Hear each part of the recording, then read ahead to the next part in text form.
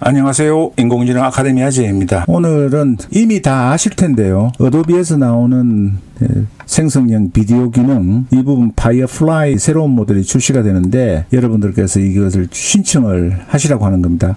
구글로 가입을 하시고 또 다른 이메일로 가입을 하신 다음에 여기 쓰실 때 국적을 미국으로 하셔야 됩니다. 미국으로 하시고 선택을 하시면 됩니다. 그 점 한번 말씀드리고 다시 영상으로 들어가겠습니다. 내용을 말씀드린 건 썸네일에서 보셨겠지만은 포토샵이나 프리미어가 과연 인공지능 툴일까 아니면은 창작의 영역일까 하는데 지금 현재로는 어도비 포토샵이나 프리미어를 가지고 만든 작품에 대해서는 인공지능이라는 시비가 딱지가 붙지가 않죠. 근데 앞으로 과연 어떻게 될 것인가 그런 점입니다. 엄밀히 말하면은 산업계에서 사용하는 현대자동차도 로봇 기술을 가지고 들어가는 작업 비중이 더 높지 않을까 그렇게 생각을 하고 있고 중국의 회사들은 100% 사람이 없는 무인 공장도 최근에 설립을 했습니다. 로봇으로만 가동되는. 그러면 그 제품이 인공지능 제품이냐 아니면은 정상적인 생산품이냐 하는 시비는 일지 않죠. 근데 유독 창작의 영역이라고 하는 그림이나 이런 부분에서만 계속 발생을 합니다. 근데 제가 오늘 말씀드리고 싶은 것은 인공지능에 대한 획기적으로 사람들의 인식이 바뀔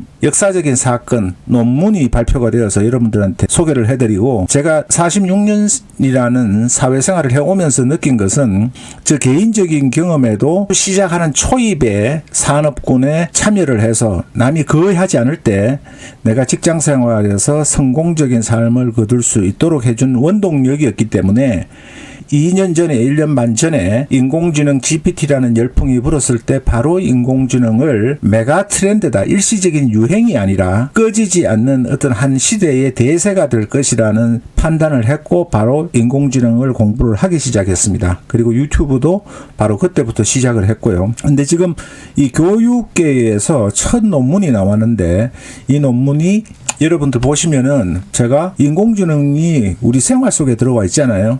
예를 들면은 이걸 구글에서 이미지를 캡처를 해서 이렇게 번역을 쉽게 할 수 있습니다. 물론 스마트폰으로 찍어도 바로 번역을 해주죠. 그렇듯이 이런 권위 있는 분들이 인공지능이 교사의 보조교사로서의 역할을 한 최초의 연구 논문입니다. 그래서 여기는 공인기관이에요. National Student Sport Accelerator라고 해서 취약계층의 히스패닉이나 또 흑인계열이나 낙후되어 있는 학생들, 지역의 학생들을 교육시키기 위해서 튜터 코파일럿을 처음으로 도입을 해서 연구한 결과를 발표한 겁니다. 그 연구 결과를 발표한 내용을 말씀드리기 전에 이 부분을 말씀드리는 것은 불과 1년 반 전에는 학생들이 인공지능을 활용해서 시험을 친다, 공부를 한다 이러면은 어떻게 단속하느냐 이런 부분들이 이슈가 주로 됐었어요. 그런데 지금 저희 가족 회원 중에 청년 대학생 사업가가 계신데 지금 학교에서 조금씩 GPT를 이제 가르치기 시작한다고 해요. 프롬프트라는 부분도. 그러면은 1년 반 전에 그렇게 비난과 반대의 목소리, 우려의 목소리가 높았던 것과 달리 이렇게 교육 현장에서 지금 인공지능을 활용하기 시작했고 그 성과가 대단하다는 겁니다. 본 영상은 여기에 나와 있는데 여러분들이 휴먼과 AI 튜터링이라고 하죠. 이런 부분을 왜 연구를 했느냐면 초보 교사가 학생을 지도하는데 굉장히 어려움을 겪는데 이걸 통해서 AI 튜터 코파일럿을 통해 가지고 쉽게 해결을 했다는 겁니다. 연구 논문 결과를 보시면은 그래서 간단하게 성과 연구 논문을 표로 테이블로 하면은 기존 방식과 인공지능 튜터 코파일럿을 사용했을 경우에 각각의 효과가 2%, 4% 또는 그리고 최종적으로 교육 성과 부분을 출구 타겟을 통과하는 목표를 통과하는 이수하는 확률을 따지면 9% 정도의 성과가 났다고 해요. 근데 들어가는 비용이 연간 교사 1인당 $20 밖에 들어가지 않는다는 겁니다. 이 수업을 보조해주는 보조 교사 역할을 인공지능을 통했을 때 그런데 학습 가르치는 스킬이 부족한 초급 교사들에게 이 기존의 훈련 프로그램을 적용하면은 1인당 수천 달러가 들어간다고 해요. 비용 절감 효과는 굉장히 큰 거죠. 그리고 성과도 꽤 좋습니다. 첫 시도니까 그런데 체계적으로 튜터 코파일럿이 적용이 되면은 이 학습의 성과는 더 높을 거고요. 특히 고난이도의 수학 문제, 지금 현재 GPT의 추론 모델 추론 모델을 적용하면은 수학 올림피아드에서 메달을 입상할 정도의 실력이라고 하잖아요. 그런 부분은 경험이 많은 아주 뛰어난 교사가 아니면은 그런 부류의 학생은 도저히 가르칠 수가 없죠. 그리고 특히나 영재 교육 시스템이 체계화되어 있지 않은 우리나라 같은 경우는 그런 부분이 더 심할 겁니다. 그러니까 사교육이 더 많은 것도 있죠. 그런 점을 감안한다면은 이 연구 논문에서는 초등학교 학생들을 주로 대상으로 해서 적용한 부분인데 중고등학교 대학교 과정에서의 튜터 코파일럿 것이라고 저는 생각을 합니다. 그런 점에서는 인공지능과도 대화를 해보면 거의 저희의 의견과 비슷해요. 왜냐하면 난이도가 높은 수학 문제, 어려운 문제에서는 이 실시간으로 교사를 보조하고 대응을 할 수가 없잖아요. 그런데 이 AI 인공지능 코파일럿을 이용함으로써 실시간으로 선생님이 지원을 받아서 학생에게 지도할 수 있는 알려줄 수 있는 역할을 하기 때문에 훨씬 더 효과가 클 거라는 점이죠. 그리고 또 다른 획기적인 사건이 있습니다. 이거는 단지 교수법에 불과한 거고 과연 어떤 내용이냐 하면은 바토다오라는 AI 아티스트가 있습니다. 예술가가. 그래서 트위터에 보면은 이분의 그 내용이 얼마 되지 않아요. 팔로워도 5,530명밖에 안 됩니다.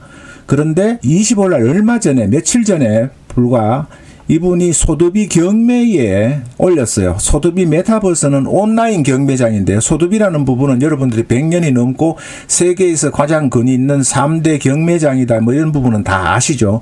소도비에서 하는 메타버스 경매장에서 NFT와 디지털 아트를 엄선해서 경매를 하는 곳입니다. 그런데 이 AI 아티스트 바토다오라는 분이 6작품을 출품을 했어요. 6작품을 출품을 했는데 25일 날 역사적인 순간에 6개 작품 중 5개의 작품이 총 35만 달러, 약 4억이 넘는 금액에 낙찰이 되었습니다. 그러니까 약 한 4억, 한 3, 4천만 원 정도의 낙찰이 되었어요. 그게 그래서 제가 가짜가 뉴스가 아니라는 걸 증명하기 위해서 다 그대로 보여드리는 겁니다. 소도비 경매소까지 해서 작품이 어느 작품인지는 모르지만 여기에 나와 있는 작품 중에 6개 중에 뭐 5개가 될 것 같아요. 그래서 이 바토다오라는 창작 예술가가 AI 예술가가 출품을 한 게 경매에서 4억이라는 거금으로 낙찰이 되었다는 겁니다. 물론 전통 예술가들, 창작가들이 만드신 예술작품이 수천만 달러에 거래되는 것에 비하면은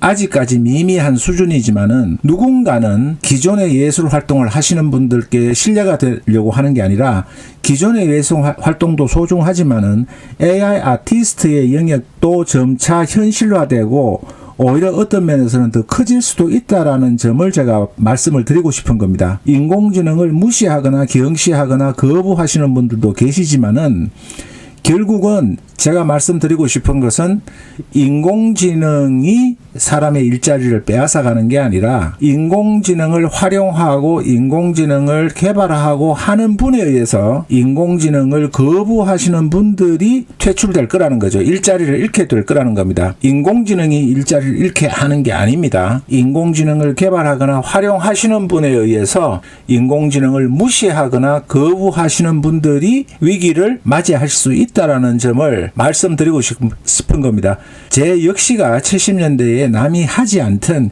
2,000명의 동기생 중에 아무것도 하지 않던 에너지 분야, 특히 가스라는 분야를 선택함으로써 내가 직장 생활을 노력과 그러한 선택에 융합되어서 좋은 인생의 샐러리맨으로서의 성과를 거둘 수 있었듯이 그러한 부분 때문에 제가 작년 3월에 GPT라는 게 국내에 열풍이 불어왔을 때 바로 즉시 인공지능을 학습하면서 유튜브를 시작을 한 겁니다. 제가 말씀드리고 싶은 것은 여러분들이 스마트폰을 왜 쓰느냐, 포토샵을 왜 제가 에어플라이를 보여드렸느냐, 여기는 인공지능이 안 들어가냐 하는 거죠. 그러면은 포토샵으로 프리미어로 인공지능의 비디오와 이미지 생성기구 그리고 인공지능의 제어로 작동이 되는 그런 기능들을 사용해서 한 작품은 과연 그러면은 AI 작품이냐 아니면 인간의 작품이냐라고 정의를 어떻게 내릴 것이냐 하는 거죠. 지금까지는 포토샵이나 프리미어에 인공지능의 도움을 받는 기술이 좀 퍼센티지가 낮았어요. 그런데 이제는 어떤 면에서는 상당한 부분 그리고 중요한 부분에 인공지능의 도움을 받게 될 거라고요. 그러면은 포토샵은 AI 작품이니까 인정을 안 할 거냐? 점점 비중이 AI 비중이 높아지니까 그런 말씀을 제가 드리고 싶은 겁니다.